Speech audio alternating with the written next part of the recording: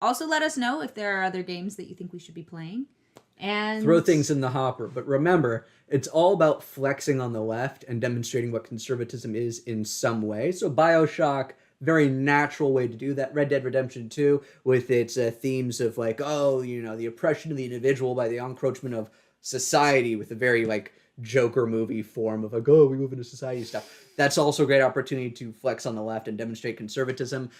So just anything that fits that theme is potential. So hello once again from the Kingdom of Thailand. In recent weeks, we've been speaking about conservative media takes, mainly focusing on Ben Shapiro's like terrible movie reviews, and then for the last video, we talked about Terror on the Prairie, and Ben Shapiro produced that movie and why it flopped and why it did so bad. And just talking about conservative movies in general. But longer term subscribers of this channel know I also talk about video games in terms of how conservatives really do not understand the political messaging of a lot of video games. Obviously, chief among them is probably like Bioshock and Fallout, which I've made like my own individual videos on. But on Gaming Circle Jerk, I came across an amazing post, and it was basically a post from Conservapedia, which I hadn't even heard about until this point. And it was a list called Greatest Conservative Video Games. So what I thought would be fun to do today is go through the list and read the justifications they've made to claim that certain games are conservative. And don't worry, if you thought like the most obviously leftist video games wouldn't feature on a list of the most conservative video games, then you'd be very wrong. Obviously, this plays into like the broader message on my channel of that conservatives really cannot critically assess art. And as we're going to see in this list, I think also part of it is that they cannot really reconcile with themselves liking something that doesn't reaffirm their worldview, so they have to try and change it even though it seems ridiculous. So we saw this a lot with Squid Game, which is obviously focused on Korean capitalism and doesn't really have much criticism of communism or socialism, but then you have people like Tim Pool who try and spin it by saying, no, it's actually about communism, when it's clear that there isn't really any subtext about communism,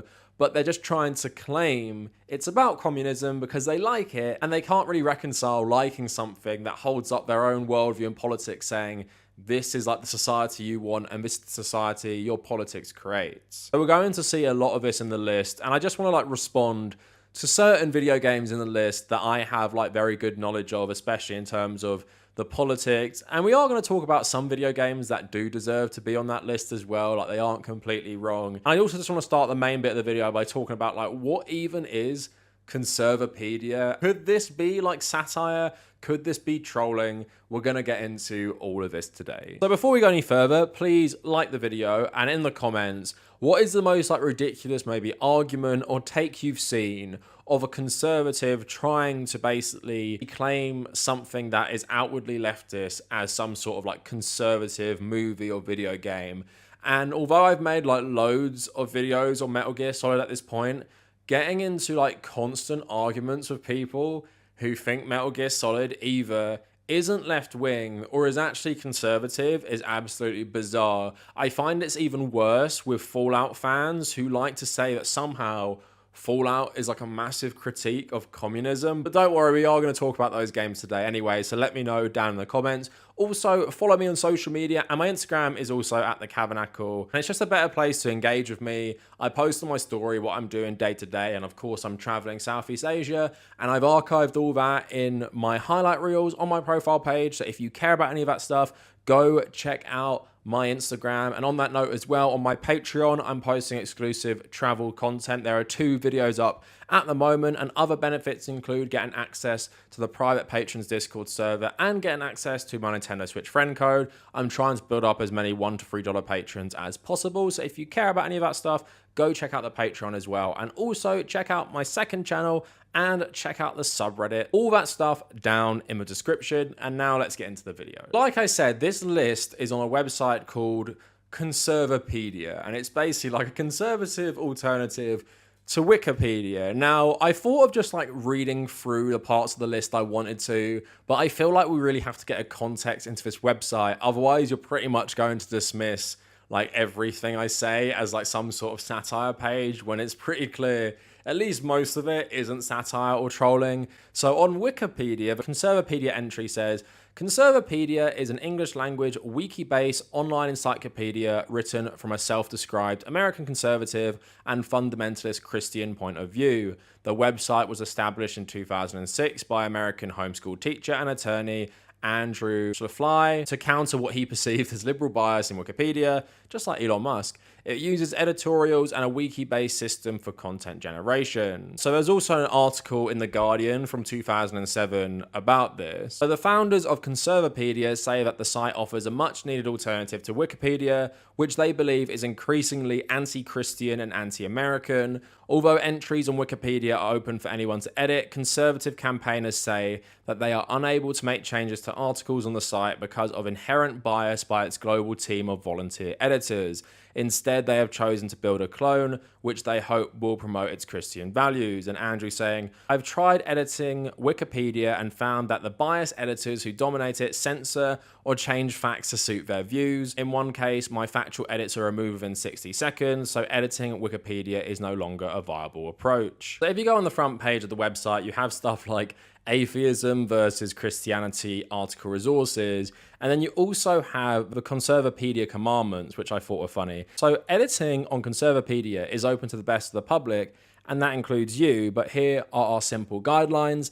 Everything you post must be true and verifiable. Do not copy from Wikipedia or elsewhere unless it's your original work. Always cite and give credit to your sources, even in the public domain. Do not post personal opinion on an encyclopedia entry, but it's all about being facts-based and sources. And obviously, when you have a conservative echo chamber, most of their sources are like the right-wing gutter press. So if you just type in like Bernie Sanders, it has stuff like this. Bernie Sanders is a Marxist-Leninist, communist, pro-inflationist, limousine liberal elite millionaire one-percenter, and demagogue who preys on naive and unsuspecting youth, minority, and working people with class war hatred. That doesn't sound like objective or facts. That just sounds like someone's opinion, doesn't it? And then Joe Biden, aka Pops, the big guy and my chairman, is the authoritarian kleptocrat and dictator of the US. 79% of Americans believe that the 2020 presidential election was manipulated by dishonest whitewashing of the Biden family's criminal activities. The official position of the Biden regime, as articulated by its chief press spokesperson, is that political opposition is a threat to democracy. So again, doesn't seem very facts-based. And also it seems like they're pretty like zero tolerance on like trolling and people changing it, because if you read most of their articles, most of them read just like unhinged conservative garbage. Now, the only thing I will say is that because there's such like a political religious focus to Conservapedia, I can see how maybe video games might fly under the radar of the editors, because maybe they don't even play video games. And some of the criticism they level at the video games are they're like too violent, and that's like against conservative values, apparently. But even still, every example I'm going to give you, I actually have made videos on themselves where I've actually seen this like conversation happen a lot about these games being pro-conservative. So now you know what Conservapedia is, you know how it writes about stuff. So let's get into the list based on the stuff I just want to talk about. Ubisoft, so Watch Dogs, the first one I think. Despite coming from the ultra-liberal video game company Ubisoft, the game Watch Dogs has several conservative messages, namely those of pro-family, anti-crime, and anti-big government. However, its sequel is qualified as liberal. This is actually pretty hilarious. Like, you guys might have played the first Watch Dogs. I find it very, very hard to have a conservative reading on this, but lots of conservatives convince themselves being a conservative is about like small government. Even conservatives advocate for like maximum government overreach in terms of like the states and stuff. They still think it's about small government. The only way I can view conservatives interpreting Watch Dogs like a pro-conservative game is because you can maybe read it as like libertarian, like Edward Snowden style or something like that. But at the end of the day, when you see the sequels to the original Watch Dogs, I think it's pretty clear it is coming from a more left-leaning direction rather than a libertarian direction. Like Watch Dogs Legion is probably one of the most outwardly leftist games I've ever played.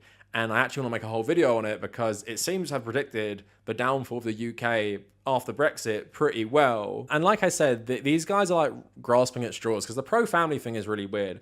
Because in the game, Aidan Pierce's niece gets killed by like an attempted hit on him. And then he has his sister who's a single mother with one child. When conservatives talk about families, do they talk about like single mothers all the time? I really don't think so. So the only pro-family element is that Aidan Pierce like does really care about his family and it's a big motivation for him. I wouldn't say Watch Dogs is promoting like a pro-family message. And also, who is one of the main enemies in the game? The Chicago police, who you can basically destroy with like basically any weapon you want. And this game also says it's like anti-crime. You're a vigilante criminal who constantly gets in fights with the police. Like, again, how is the original Watch Dogs promoting a pro-conservative message? Even if we can debate the points about is it left-wing or maybe like left-wing libertarian or just centrist libertarian, it clearly isn't a game either promoting family values, and then you have stuff like Aidan Pierce being a criminal vigilante who fights with the police. Doesn't seem like it's promoting anti-crime. It also has like Assassin's Creed, Rainbow Six and Ghost Recon, and Rainbow Six and Ghost Recon are basically conservative games for the most part. Like, they are well earned on that list. Assassin's Creed is more complex. I don't really want to talk about it because there's just so many and we'd have to have like a massive discussion, so I want to leave that one out. But yeah, I will totally admit that games like Ghost Recon, Rainbow Six, they definitely belong on a conservative games list. But then I'm going to completely reject that any of the Watch Dogs games promote conservative values. So let's go a bit further, and this is where it gets very, very weird. Metal Gear Solid 3. Now, this isn't the only Metal Gear Solid game on the list. It's going to get more ridiculous. So this entry basically skims through a lot of the plot of Metal Gear Solid 3, and I just want to talk about this. And I have made actually multiple videos about how conservatives believe Metal Gear Solid is conservative itself. Hopefully I've thrown the thumbnail up on the screen so you go seek that out if you want. Metal Gear Solid 3 Snake Eater. Although it was part of the liberal Metal Gear Solid series, it also gave some hints at promoting the concept of globalism and also relativism via the boss's philosophy. The game's overall message was surprisingly conservative, emphasizing a promotion of patriotism in a positive light throughout most of the game, and also featuring the Soviet Union and communism in general in a more negative light, including depicting the main villain, Colonel Volgin, in a truly villainous and horrific light, as well as referencing crimes done by the Soviet Union. So I'm not going to talk about this as much as I'm going to talk about some other Metal Gear Solid games on this list, but this is a common thing I see with conservatives who claim Metal Gear Solid as their own. They basically say, well, the Soviet Union are the bad guys in Metal Gear Solid 3 and Metal Gear Solid 5 to an extent, therefore it's an anti-communist game. And I, of course, reject that, but also the main message of the game isn't about communism bad or isn't like Colonel Volgin represents the Soviet Union. A lot of the game is about like the humanity of soldiers. And of course, it even references the boss's ideology. That is like a central theme to the game. You can't just throw that off and say, nah, the actual themes of the game are the Soviet Union are bad. Not that the boss talks about how politics change with the times. And the thing about patriotism is funny because that's not the point of the game. Naked Snake leaves the United States. He rejects being American because of the events of the game, because he was manipulated basically by the CIA to kill the boss. The US government basically send the boss to her death to be executed by like her most loved disciple, Naked Snake. They're not seen in a good light. And even if we talk about the Soviet Union, like Khrushchev is depicted in a somewhat reasonable light as well. I don't think Metal Gear Solid 3 has the most nuanced politics of the series, although I don't think the message of the game is about like anti-communism and anti-Soviet Union stuff. But beyond that, here is where it gets absolutely ridiculous. So earlier last year, I made a video about the politics of Metal Gear Rising. Metal Gear Rising is pretty anti-American, pretty anti-capitalist, pretty anti like Bush era war policies and stuff. That's actually the plot of the game,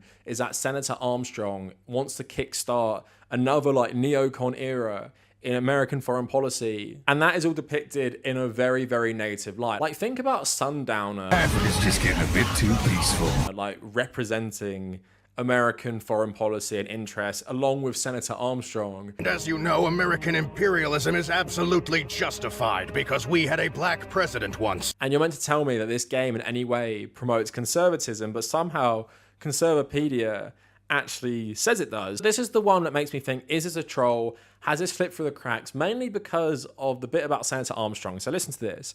Metal Gear Solid Revengeance, although part of the liberal Metal Gear Solid series, Revengeance is a unique take on the series, condemning modern liberalism and debunking false narratives perpetuated by the left.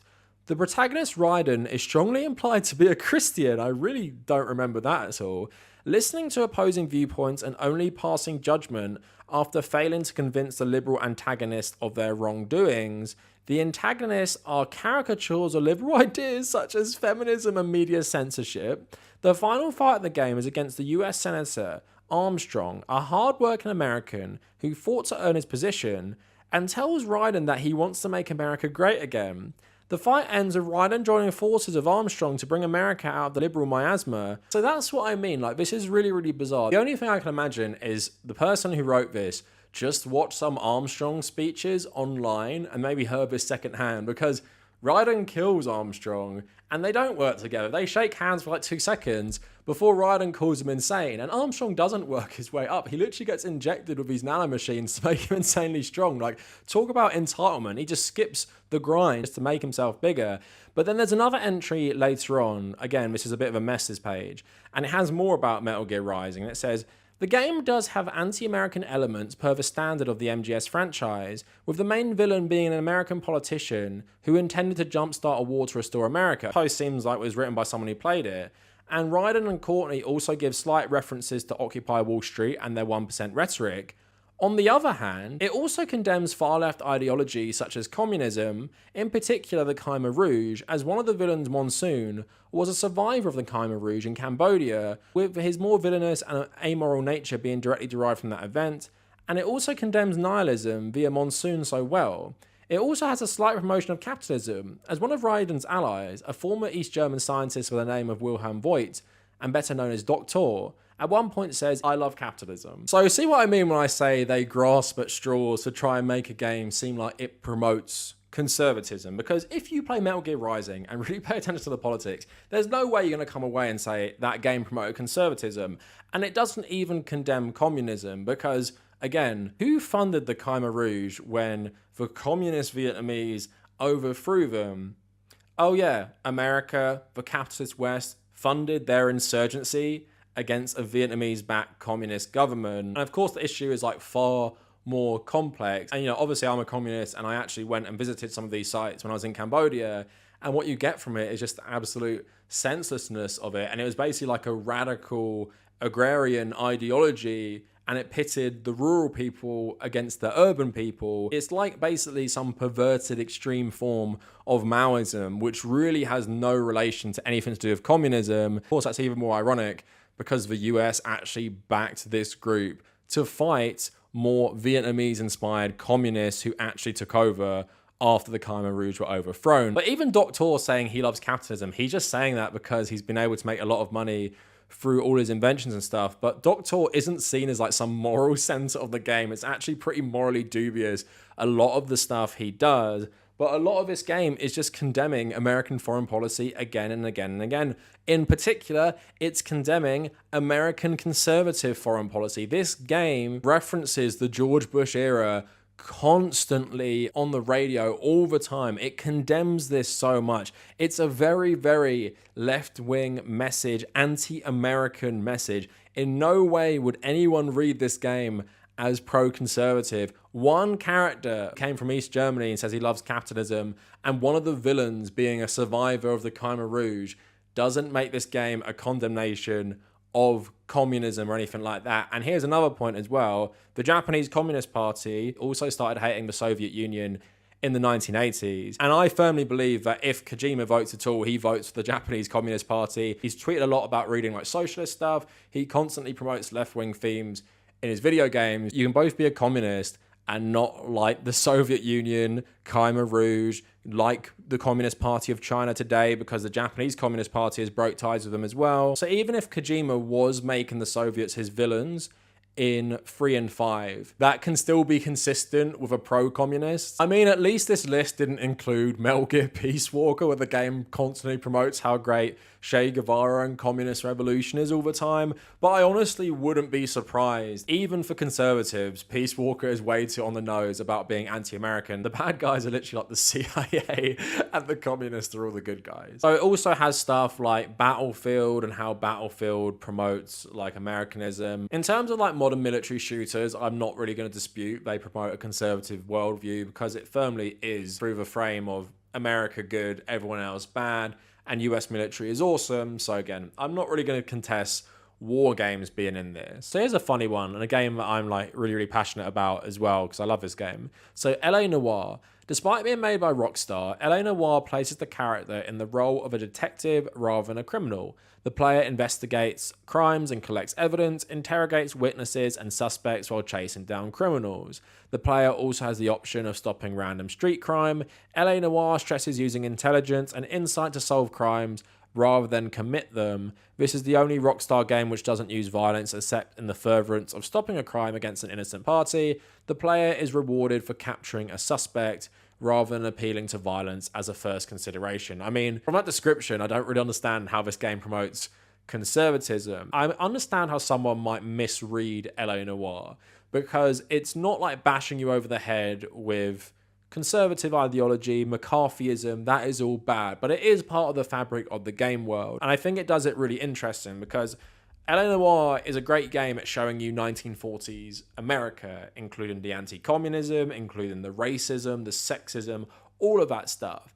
And I guess if you go into that game as a more left-wing person, you're pretty disgusted at what you see, but I don't think the game necessarily passes like complete moral judgment. I think the main thing is, because it's a noir game, it's basically focusing on how corrupt the system is and how corrupt the police are and how corrupt like the corporate elite are, and that's a message in the game. It goes hand in hand with the noir genre in general. And you know, Cole Phelps is like a straight shooter. He's a very truthful cop, but he has pretty bad background in World War II, and of course he gets brought down from within the police because he's actually doing a good job at exposing corruption and crime. So they actually basically destroy him because he's close to unveiling this stuff. And in some cases, you're literally incentivized by the police to actually not solve a case properly. There's one I remember where you actually get a better rating if you charge a communist with the crime rather than the other guy, because it just makes for a better story in the papers and stuff like that. And although if you're a conservative and you go into this game, you might think that's awesome. You might think the police are awesome, the racism is awesome, all this stuff. But if you go into the game understanding the noir conventions and the noir genre and what this game is trying to say by reflecting 1940s society, I really wouldn't say LA Noire is a conservative game at all, and it's not a pro-conservative game at all. Like, although Cole Phelps and certain police officers are seen as decent enough people, at the end of the day, the LAPD and the police in general are firmly depicted in a pretty negative light. I like this one as well. So it also has a section for Call of Duty, but this is interesting. Call of Duty World at War. Like Call of Duty 2, it promotes the American military, but also has a Soviet campaign. Unlike COD 2 though, it portrays the Russians as more realistically as cruel, brutal, and merciless towards the Germans. Is he trying to say the depiction of the Russians being pretty merciless towards the Germans in World War II, that's like pro-conservative in that it's trying to show the Soviet Union in a negative light? Because do you guys play this game and think it shows the Soviet Union in a negative light? Because I definitely don't. I actually made a video about COD Vanguard, which I said it actually humanized the Soviet Union far more than anything I've recently seen in like World War II media. Although I wouldn't say World War II is a sanitization of the Soviet war against the Germans, I would say you play that game, you want revenge yourself because you saw what the Germans did to the Soviet Union, and then the game ends with you planting the Soviet flag atop the Reichstag, with people cheering, and like Reznov is like the main heroic character of the game.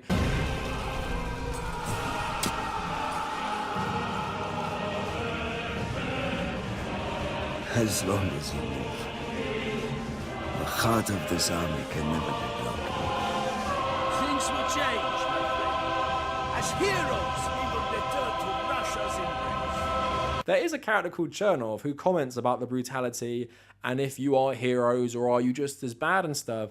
But I would not play this game and say it promotes some sort of anti-communist, pro-conservative American agenda. I would say it's a game that actually counters the narrative you see in America and Western countries that, you know, America won the war or Britain did the most to win the war, when it was actually the Soviet Union who took Berlin, lost the most men, and were responsible for destroying the German war machine. So again, I would say if you're going to pick a Call of Duty game that's pro-conservative, pick Call of Duty 4, don't pick Call of Duty World at War. It has Fallout 4 in the list, and it's really grasping at straws to try and paint this as a pro-conservative game. So it says the conservative values in the game. The game portrays friendship and other virtues like courage well, as shown with a well-meaning but harsh Brotherhood of Steel. The Minutemen are shown to be altruistic patriots ready to defend other people and preserve freedom for the Commonwealth. For anyone who's played a Fallout game, particularly the pre-Bethesda ones, there is no way you can say these games are pro-conservative. The only thing I will say is I don't think these games have much of a message on communism generally, even though it's set in like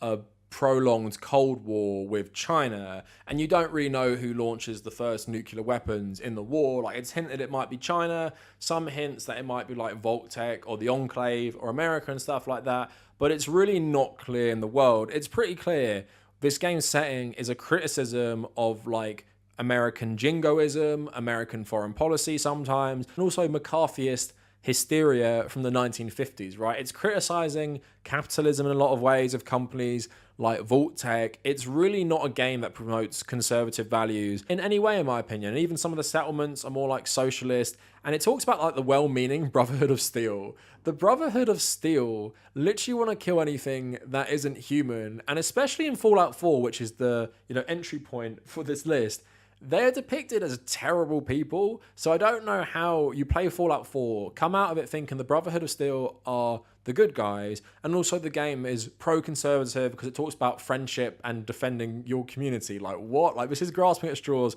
so much and literally just ignores all the themes of Fallout. But I've made a video on this. Loads of people think Fallout is anti-communist because they don't realize that things like Liberty Prime aren't awesome. They're satirizing how unhinged Americans used to be, and clearly how unhinged Americans still are, because in YouTube videos about Liberty Prime, they're all talking about how they need this back. I've read some of these comments, but want to go a bit further into them. So someone's, of course, saying this is the best robot in gaming history because it kills communists without harming any human beings. How charming.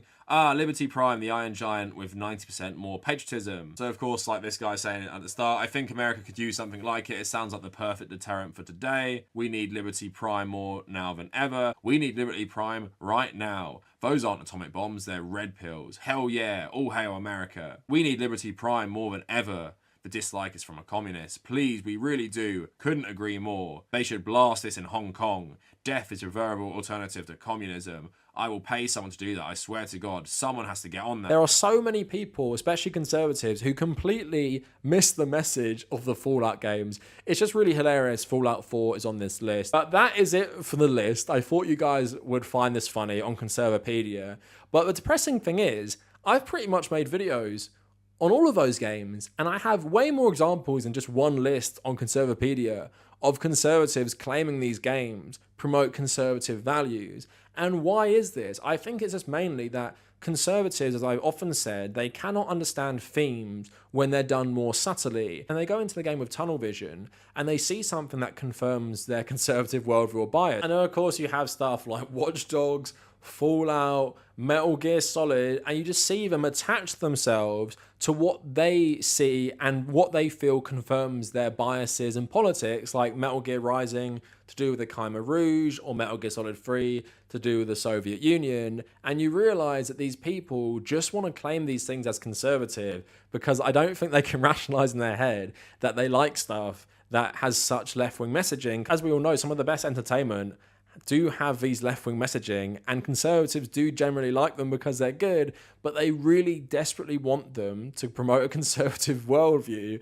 That's why you get bizarre lists like this, where it has some of the most left-wing games out there and is trying to claim they're conservative based on really, really vague things like family and bravery and hunting and stuff like that. But again, it makes absolutely no sense. So Conservapedia is just some bizarro world echo chamber which completely rejects reality in favor of just confirming conservative biases. And that is how you get hilarious lists like this. But like I said, you might see this list and you might say, well, come on, not even the average conservative is that dumb. But trust me, type in Liberty Prime Fallout and go read the comments. You're not going to be disappointed about how many people unironically are saying they like it and they want it in 2023 because it confirms their views, not realizing that Liberty Prime is such an in-your-face satire of American anti-communism. So that is it for the video. Let me know what you guys think down in the comments, and if you made it this far,